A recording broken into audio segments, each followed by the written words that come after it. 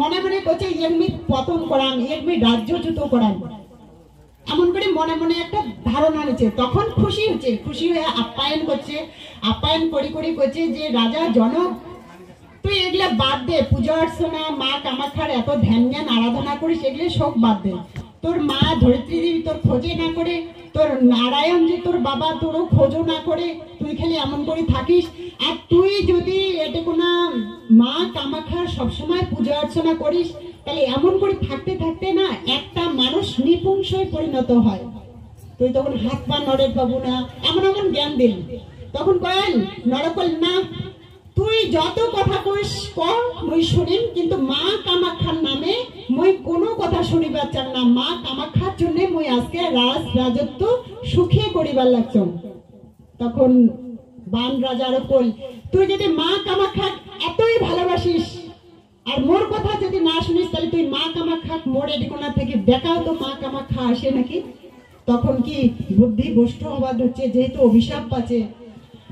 নরক তখন ওই রাজবাড়ি শরীরপুরের রাজবাড়ি কি করলে ধ্যান করে ধরলে। কার ধ্যান করে ধরলে? মা কামাখ্যার ধ্যান করে ধরলে। মা কামাখ্যা যখন ধ্যান করে তখন তো নাই, দেখা পায় না, মা আসে না। তার তখন বল তাহলে তোর মাক দেখাও, ধরিত্রী দেবীকে দেখাও, নারায়ণকে দেখাও, আসিতে নাকি। তখন দুই জনকে দেখাল, কাও আসে না। তখন ওটা কোনো আমি মনে করলে সত্যি সত্যি তো মুই তো তাহলে নিপুংস হয়ে যান, এই চিন্তা ভাবনা মনদ আসেন। কিন্তু নরকের এই চিন্তা ভাবনা মনদ আসার কোনো কারণ নাই। কেন কারণ নাই?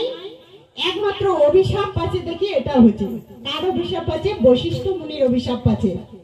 এবার যেহেতু সত্য যুগের সৃষ্টি হচ্ছে, ত্রেতা যুগে পুরোটা সময় গেল, এবার দ্বাপর যুগ শুরু হয়ে গেল, তাহলে তো একজন মানুষের এতটা যুগ বাঁচি থাকার কথা নয়। এই জন্য প্রকৃতির নিয়মে ওর বিনাশ হওয়া লাগবে। সেই যে একটা সোচ পাচ্ছে। কার সোচ পাচ্ছে? বশিষ্ঠ মুনির অভিশাপ। তখন ওই যে শোনিতপুর থাকিয়ে রাজা নরক বাড়ি যাচ্ছে, বাড়ি দাসিয়ে কি করছে, তার বউয়ের সাথে বউয়ের মুখ লক্ষ্য করে দেখছে কি তার বউয়ের মুখ উষ্ণ সূক্ষ্ম, মানে শুকিয়ে গেছে। তার বউ যে এত সুন্দর ছিল তার ওই চেহারা দেখে না। তার রাজবাড়ির দেখি, তার রাজবাড়িটা কি হচ্ছে যে তার রাজবাড়ির ওয়ালগুলো আছে, দেওয়ালগুলো আছে, সেগুলো খসি খসি পরিবার লাগছে। তো তারপরের দিন মা কামাখ্যার ওঠে গেল। মা কামাখ্যার ওঠে যা দেখে যে জনি গর্ভ কিচ্ছু নাই, সমস্ত কিছু অন্ধকার অদৃশ্য হয়ে আছে। তখন আমি চিন্তা ভাবনা করলে যে মোর অন্তিম সময় উপস্থিত, মুই আর এটা সহ্য করিবেন পাম না। মোর অন্তিম কাল উপস্থিত হওয়ার জন্য আজকে এটা হচ্ছে। তখন ওই সময় কালের মধ্যে রাজা নরক অত্যাচারী হয়ে উঠিল। এমন অত্যাচারী হয়ে উঠিল অভিশাপত, মানে কোয়া চলে না। মানে এত যখন অত্যাচারী হয়ে গেল, নারীগুলোর উপর অত্যাচার করে লাগিল, এমন অমুক তমুক করে লাগিল। তখন স্বয়ং ধরিত্রী দেবী তার যে মা ছিল, তখন এই বিষ্ণু কোচে যে বিষ্ণুরূপী নারায়ণ কোচে যে নারায়ণ প্রভু, মুই আর মোর বেটার ভার সহ্য করি পাং না, এত পাপ করছে, মুই আর সহ্য করি পাং না, তুই এক রক্ষা কর, অথা দিয়ে মারে। তখন ছিল শ্রীকৃষ্ণ। তখন শ্রীকৃষ্ণ ওই দেবী ধরিত্রীর অনুরোধ ক্রমে সত্যভামার সাতত রথ চড়ি আসিয়া প্রাগ জ্যোতিষপুর আছে। প্রাগ জ্যোতিষপুর আসিয়া নরক হত্যা করছে। কাই করছে? যাই জন্ম দিছে তাই হত্যা করছে। যখন হত্যা করছে তখন ধরিত্রী দেবী খুব কান্নাকাটি শুরু করছে। কেন কান্নাকাটি শুরু করছে? কারণ তার গর্ভের সন্তান ছিল নরক। তখন শ্রীকৃষ্ণ করছে, দেবী ধরিত্রী, আজকে তোর অনুরোধে মই তোর বেটা অর্থাৎ মোর পুত্র মই হত্যা করলুম, না হলে তো মই হত্যা করলুম না হয়, তুই হত্যা করিবার করছিস, আজকে কেন তুই কান্নাকাটি করিস? তখন দেবী ধরিত্রী চুপ হয়ে গোছে যে প্রভু, তাহলে মোর নাতিটির আজকে কি উপায় হবে? এত যে প্রজা আছে, তাহলে মোর নাতির কি অবস্থা হবে? নাতি মানে কায় কায় কই ভুলে গেছেন? ভগদত্ত দুটে বাটা হচ্ছে না, ভগদত্ত আর বজ্রদত্ত। তাহলে ওর নাতি হবে না? কার? ধরিত্রী দেবীর নাতি হবে না? তো কোচে তাহলে নাতিটার মোর কি হবে? এটা কিন্তু অথেন্টিক প্রুফ। যে প্রুফ গুলা মুই পরে কোমেলাই, এই যে প্রুফ গুলা মুই লেখি দিছুম কলকাতা, যেটা আমার প্রুফ এটিগুলা থেকে নিবেদন হচ্ছে। মুই বহু ইতিহাস ঘাটিছুম, বহু সাহিত্য ঘাটিছুম, ধর্মগ্রন্থ ঘাটিছুম, দেখি দেখি প্রুফ বের করছুম। বের করিয়া এই ইতিহাসগুলা মুই কলকাতাত পাঠাছুম, যেটা রিসার্চ করিবার হচ্ছে, যেটা বর্তমানে সেটা পরবর্তী কবাদ হচ্ছে। থাকে দেন যেহেতু এই কাহিনীটার সঙ্গে মহারাজা অনন্ত রায়ের যোগসূত্র আছে, নাহলে তোমরা মাঝে মাঝে না মানে নিন যান, বোধহয় ভুলে যান। বড় ইতিহাস না, সত্য যুগ থাকি, কিন্তু একটু মনে রাখা লাগবে, ঘুমাই না যাবেন। তো দেখো তারপরে কি হল, তার নাতি ভগদত্ত রাজ সিংহাসনত বসে। তাহলে কল যে তাহলে মোর নাতিটার কি উপায় হবে? তখন শ্রীকৃষ্ণ কল তাহলে তোর নাতিটা প্রাগ জ্যোতিষপুরের সিংহাসনে আহরণ করা, প্রাগ জ্যোতিষপুরের সিংহাসনত বসে দিল। কি করলে? যে রাজা যে নরক ছিল, নরকের রাজ্যাভিষেক কায় করছে কন্ত দেখি, মনে আছে নাকি? না ভুলে গেছেন। বিষ্ণুরূপী বরাহ নরকে রাজাভিষেক করছে, রাজ্যাভিষেক। এবার ভগদত্তের কায় করছে? ভগদত্তের স্বয়ং শ্রীকৃষ্ণ, স্বয়ং শ্রীকৃষ্ণ ভগদত্তের রাজ্যাভিষেক করছে। যখন রাজ্যাভিষেক করছে তখন কি হচ্ছে? রাজ্যাভিষেক করার পরে রাজ্যের সয় সম্পত্তি সবগুলো তো এখন দিবের পায় না, কারণ এই পিরিয়ডটা শেষ হয়ে গেছে। তখন শ্রীকৃষ্ণ কি করছে? যে ত্রেতা জগৎ নরকক যে শঙ্খটা দিচ্ছে, পাঞ্চজন্য মহাশঙ্খ, ওই শঙ্খটা কি করছে? শ্রীকৃষ্ণ নিয়ে নিয়েছে তার রাজবাড়ি থাকি, কোষাগার থাকি। তার রাজবাড়ির যে অনেক যে অমূল্য মহামূল্যবান রত্ন হীরা মানিক দিয়ে গেছে, সেগুলোকে কিছু কিছু অংশ নিয়ে গেছে। অনেক যে হাতি ছিল সেগুলোকে নিয়ে নিল, প্রয়োজনীয় জিনিসপত্র নিয়ে গেল। তখন তাহলে থাকে কি? তখন ধরিত্রী দেবী কোচে যে মেয়ে কেমন করে রাজত্ব করবে? তো কোচে ইমে রাজত্ব করবে, ইয়াক মুই একটা দৈবরথ দিলুম। শ্রীকৃষ্ণ স্বয়ং একটা দৈবরথ দিয়ে কোচে যে ইমে এই দৈবরথ চড়িয়া সমস্ত রাজ্য ভ্রমণ করবে। একটা দৈবরথ দিল। ধরিত্রী কইতেন তুই আর কি দিব? যেহেতু অকাল মৃত্যু হয়েছে, বাবাটা কেমন করে মারলে কি মেয়ে ছোট আছে, নাবালক। তখন কোচে যে ইয়াক মুই ইচ্ছা মৃত্যু বধ দিলুম। শ্রীকৃষ্ণ ইচ্ছা মৃত্যু বধ দিল। যে এমনি তো মা কামাখ্যার আশীর্বাদে অমরত্ব হয়ে জন্মগ্রহণ করছে, হাতত রক্ষা কবচ নিয়ে, ডান হাতত। এমে আরো মানে মৃত্যু ইচ্ছা মৃত্যুর বধ দিল শ্রীকৃষ্ণ। তো এমন করিয়া প্রয়োজনীয় জিনিসপত্র নিয়ে সত্যভামা থাকিয়া কাশব চড়িয়া পুষ্পরথ চড়িয়া শ্রীকৃষ্ণ দ্বারকা গমন করলেন। ইতিমধ্যে দেবী ধরিত্রীও তার রাজ্য শাসন সমস্ত কিছু বুঝি দিয়ে উমায়ও গেল। এবার কি হল দেখো, দাপর জগৎ ভগদত্তের বড় হল। বড় হওয়ার সাথে সাথে ভগদত্তের বিয়ে হল, রাজ্য শাসন করলে, সুখে শাসনদের রাজ্য পরিচালনা করে। ভগদত্তের একটা ছাওয়ার জন্ম হল, বেটার জন্ম হল। বেটাটার নাম হল পুষ্পদত্ত। পুষ্পদত্তটা মনে রাখবেন, পরে আরেকবার তোমাকে প্রশ্ন করুন যে পুষ্পদত্ত জন্ম হল। এবার পুষ্পদত্ত যখন এটুকুনা জন্ম হল, মেয়েও বড় হবার লাগিল, এটুকুনা শাসন কার্য পরিচালনা করে তার বেটির জন্ম হল। তো এই বেটিটার নাম হল ভানুমতি। তো ভানুমতির সাথে আবার কি হচ্ছে? দুর্যোধনের বিয়েও দিছে, ধৃতরাষ্ট্রের বেটার সাথে ভানুমতির বিয়েও দিছে। তাহলে হচ্ছে ধৃতরাষ্ট্রের সাথে ইয়ার শ্বশুর সম্পর্ক হল, প্রাগ জ্যোতিষপুরের রাজার ভগদত্তের শ্বশুর সম্পর্ক একটা হল। তো ইতিমধ্যে কি হচ্ছে, ইতিমধ্যে দাপর যুগের শেষ প্রান্ত চতুর্থ অধ্যায় কি হল, কুরুক্ষেত্রে যুদ্ধ লাগি গেল। কুরুক্ষেত্রের যুদ্ধে ধর্ম অধর্মের যুদ্ধ লাগি গেল। তো যখন ধর্ম অধর্মের যুদ্ধ লাগি গেল, তখন এটা ছিল একটা মহাযুদ্ধ, সেই বড় যুদ্ধ। যখন একটা যুদ্ধ হয় তখন ওই যুদ্ধ যত কিছু রাজ্য থাকুক দুইটা পক্ষ অংশগ্রহণ করা লাগে। এটা একটা দুইটা পক্ষ ছিল, কুরুক্ষেত্র আর কুরু আর পাণ্ডব দুইটা পক্ষ। তা আমি কি হল, এবার কুরুপক্ষে অংশগ্রহণ করলে। কেন অংশগ্রহণ করলে, দেখিল যে তার বেটির বিয়ে দিছে। উমে জানে যদি মুই পাণ্ডব পক্ষে যোগ না দেন তাহলে মুই পরাজিত হল, কিন্তু তা সত্ত্বেও উমে যুদ্ধ করছে। তো যখন এটি না শ্রীকৃষ্ণের নীতি আদর্শ যখন বানানো তৈরি করা নীতি আদর্শ যখন এটা যুদ্ধ হল 18 দিন, তখন 12 দিনের মাথা কুরুক্ষেত্র যা যুদ্ধ করছে ভাগদত্ত যুদ্ধ করি যায়। এটি না রথী মহারথী যতগুলা ছিল ততগুলাকে একেবারে শেষ করে দিচ্ছে। নারায়ণী যে শ্রীকৃষ্ণের নারায়ণী সেনা ছিল সেগুলাকে। তারপরে কি হচ্ছে, যখন দেখি যে তার মহাশক্তি বান মা কামাখ্যার দেয়া সরবান ছাড়ছে, তখন দেখছে পৃথিবীটা ধ্বংস, তাহলে তো পৃথিবীটা রক্ষা করার মতো কাউ নাই।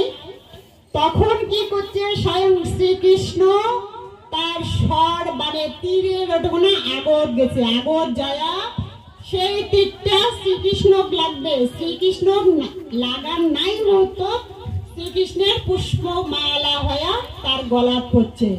যখনই গলাত পড়ছে তখন অর্জুন করছে যে অর্জুন যে দেখ প্রাগ জ্যোতিষপুর থেকে যে মহা বড় একটা বীর আছে ভাগদত্ত নামক, তার ডান হাতে তুই লক্ষ্য কর কবচ বান্ধা আছে, ওটা না মা কামাখ্যা অধিষ্ঠান করিয়াছে, তুই মারিবার পাবো না। অতএব অর্জুন তখন নির্দেশ করলেও তুই উয়ার ডান ভুজাটা কাটি দে, তাহলে উয়ার মৃত্যু হবে, উনি আর যুদ্ধ করিবার পাবে না। তখন শ্রীকৃষ্ণের নির্দেশ মতো স্বয়ং অর্জুন তার ডান ভুজাটা কাটি দিছে। তো ডান ভুজা যখন কাটি দিছে তখন তোর ভাগদত্ত এক হাত দিনে কেমন করে যুদ্ধ করবে, তখন উমে যুদ্ধ করে অক্ষম হল। তো যে রক্ষা কবচটা তার বাহুত বান্ধা আছে ওই রক্ষা কবচ মা কামাখ্যার। তখন মা কামাখ্যা স্বয়ং ভবানী অর্থাৎ ভবানী চিলা, যেটা কয় কুড়ুয়া পাখি, যেটা কয় বাস পাখি, বড় পাখি হয়া কি করলে ওই কুরুক্ষেত্রের মাঠ থাকিয়া নিয়া প্রাগ জ্যোতিষপুর নামক এলাকা ওই যে রক্ষা কবচটা ফেলে দিল, পড়ে গেল। যেটা আমরা জানি যে গোসানি মোড়ে গোসানি মারি কাজলিপুরা নামক ধামত ওই রক্ষা কবচটা পড়ছে। তো যাই হোক, এবার 12 দিনের মাথা যখন আর যুদ্ধ করি না পাল, তখন ভাগদত্ত সেই দৈবরথ চড়িয়ে আসিয়া মা কামাখ্যা অর্থাৎ প্রাগ জ্যোতিষপুর আছে আসিয়া মা কামাখ্যা কোচে, মা কামাখ্যা মই আর মোর প্রজা রক্ষা করিবার পার না, মোর প্রজাগুলা কেমন করে রক্ষা হয় তুই দেখিস মা। অমন করে কান্নাকাটি করে মায়ের কাছে নিবেদন করছে তার প্রজা রক্ষা করার জন্য। তার তখন মা আরাধনা করিয়া এই কথা কয়া স্বয়ং ভাগদত্ত ওই মা কামাখ্যা মন্দিরত আত্মহত্যা করছে। আত্মহত্যা করছে মানে নিজে ইচ্ছা মৃত্যু করছে, যে মই আজকেই মই মৃত্যুবরণ করি। তখন যখন ওটি মৃত্যুবরণ করছে, এই কারণে তোমরা যদি কাউ মন্দির যান কোনোদিন মা কামাখ্যা মন্দির, ওটা কোনো দেখবেন ভগদত্তের 2টে মূর্তি এসে দেখবেন মূর্তিটা বসে রাখা আছে, ডান ভুজা কাটা মূর্তিটা এত সুন্দর করে আছে, মানুষ পূজা করে। তো এটা আমারই বংশের কাহিনী। এবার কি হচ্ছে, এবার মুই বেশিক্ষণ টানবেন না, কারণ আরো মুই রাজনীতির কথা কম, তোমরা মানুষগুলো অধৈর্য হয়ে গেছেন দেখছো। তো এই জন্য সংক্ষেপে টানি ধরছো যে এবার দেখো তার যে বেটার নাম কি ছিল, ভাগদত্তের বেটার নাম পুষ্পদত্ত। ওই পুষ্পদত্ত তখন ছোট ছিল, 12-13 বছর। তখন পুষ্পদত্ত তার বাবা নাই, বাবা নাই দেখে সদায় সদায় মা কামাখ্যার ওঠে গোনা যায় কান্নাকাটি করে, মা কামাখ্যা মা মুই কেঙ্গিরি থাকিম কেমন করে চলিম, বাবা নাই মুই কেমন করে বোঝাগুলো রক্ষা করিম, মুই বাবাক দেখি চাং বাবা কোটে এসে বাবার একটা হাত নাই, বাবা এই অবস্থা যাচ্ছে। তখন এমন করে করতে করতে মা কামাখ্যা স্বপ্ন দেখাচ্ছে যে বাবা পুষ্পদত্ত, তুই যদি তোর বাবার দেহের অংশ দেখিবার চাস তাহলে তুই তোর রাজ্যের পশ্চিম দিকে চলে যা। পশ্চিম দিক মানে কি? পূব দিক মানে যেটা মা কামাখ্যার মন্দির, পশ্চিম দিক মানে আমার কুচবিহারের পাক্কা। তখন ওই মায়ের স্বপ্নাদেশ পাওয়ার পরে তার যে কাকা আছে বজ্রদত্ত, কাকার সাথে আসতেছিল এই অঞ্চল। তো কাকার সাথে যখন এই অঞ্চলত আসতেছিল উমে জানে, কাকাটাও জানে আর উমেও জানে যদি কোনো অংশ মরার পরে যদি কোনো অংশ অক্ষত থাকে, যদি কোনো অংশ পঞ্চভূতের দ্বারা বিলীন করে দেওয়া না যায়, তাহলে তাই যদি পুনরায় জন্মগ্রহণ করে বিকলাঙ্গ হয়ে জন্মগ্রহণ করে। এই জন্য সমস্ত দেহের অংশটা পঞ্চভূতের সাথে বিলীন করে দেওয়া যায়, মিলিয়ে দেওয়া যায়। তো যেহেতু বাবার এই অংশটা আছে, তাহলে বাবা যদি আরো জন্মগ্রহণ করে তাহলে তো বিকলাঙ্গ হয়ে জন্মগ্রহণ করবে। তখন মায়ের নির্দেশ পাওয়ার পর বজ্রদত্ত মানে এর কাকা পুষ্পদত্ত আর বজ্রদত্ত দুইজনে মিলিয়ে হাঁটতে হাঁটতে হাঁটতে হাঁটতে এই কুচবিহার শীতলকুচি সীতাই নামক ধুমুর খাতা কেশুর বাড়ির নামে একটা জায়গা আসি। তো যে এই জায়গাটা আসিয়া পুষ্পদত্ত উমা নামে নাম পরিবর্তন করলে, উমাকান্ত রূপে নাম পরিবর্তন করলে পুষ্পদত্ত। আর বজ্রদত্ত তয়রা নামে নাম পরিবর্তন করিয়া এত অঞ্চলে উমরা থাকে। তো গরিব মানুষ খাবার তো সংকট কিছুই আসে নাই। তো উইয়ের যে পুষ্পদত্ত আছে উমা রূপে, উমাকান্ত রূপে তার বাবার অংশটা যত্র তত্র মানে সব জায়গায় খুঁজি খুঁজি বেড়েবার ধরছে যে মোর বাবার অংশটা কোন জায়গা আছে। মাও তো কইছে পশ্চিম পাকে এই অঞ্চলত আছে, খুঁজি ধরছে পায় না। তো এমন করি একাকিত্ব জীবন আর কয়দিন থাকে। তখন কি হল, পুষ্পদত্ত মানে উমাকান্ত একজন বিয়াও করলেন, উষা নামে একটা চেংড়ি বিয়াও করলেন। উমাকান্ত আর উষা দুইজনের বিয়াও হল। তো উমাকান্ত মা কামাখ্যার প্রচন্ড ভক্ত ছিল। তা উষার যে বিয়ে করাছে উমেও তার স্বামীর যে পূজা অর্চনা করে উমে কালক্রমে ভক্ত হয়ে ওঠে। তো কালক্রমে যখন ভক্ত হয়ে ওঠেন দুইজনে মা কামাখ্যার আরাধনা করে। আর যে উমাকান্ত আছে উমে যত্র তত্র বাবার অংশটা খুঁজি আর পায় না। শাসক কি হল, উমা আর উষার গর্ভ কান্তেশ্বরের জন্ম হল।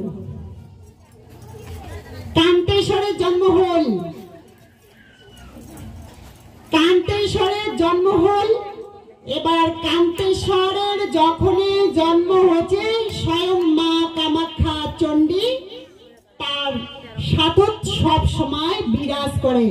যতদিন না বড় হয়েছে, যতদিন না মহারাজা কান্তেশ্বরের রাজ্যাভিষেক হয় নাই, ততদিন পর্যন্ত মা কামাখ্যা চণ্ডী রূপে কান্তেশ্বরের সাধক ছিল।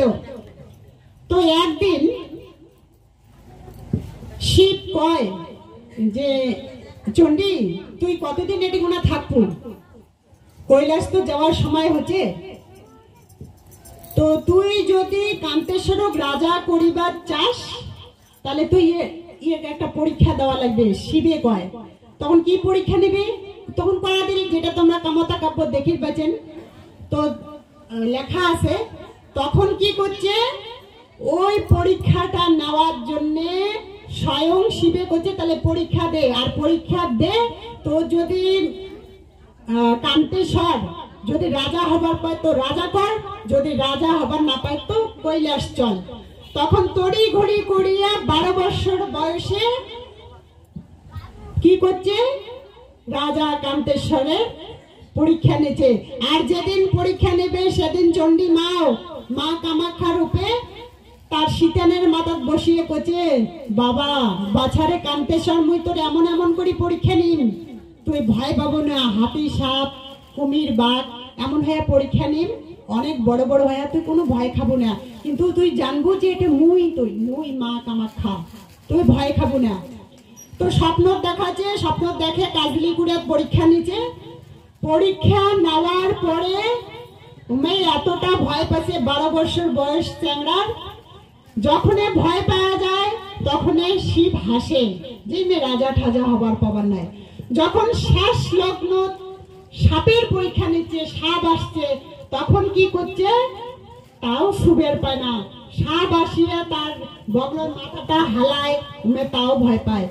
তখন কি হচ্ছে, তার যে রংমালা গাই আছে, তো রংমালা গাইতে দড়ি সিঁড়ি যায়, ওই তার সাপের বগল দিয়ে যায়, ওটা মানে জল খাবার ধরছে। তখন জল খাওয়ার পরে হুশ হচ্ছে কান্তেশ্বরের, যে সত্যি তো রংমালা গাই মোর জল খাবার লাগছে, একটু কোনো কামড়ায় না, তাহলে মুখে সাপে ঠোকাবে, কিছু তো করবে না। তখন যা সাপটা চলে গেছে, অল্প না লেজ বাকি আছে, যায়া নদীর ডুবি ধরছে দিঘিটা পুরাটা, তখন যে লেজটা শুয়ে ভক্তি দিছে। ভক্তি যখনই দিচ্ছে তখন শিব আর চণ্ডী যুগল মূর্তি হয়া দেখা দিছে।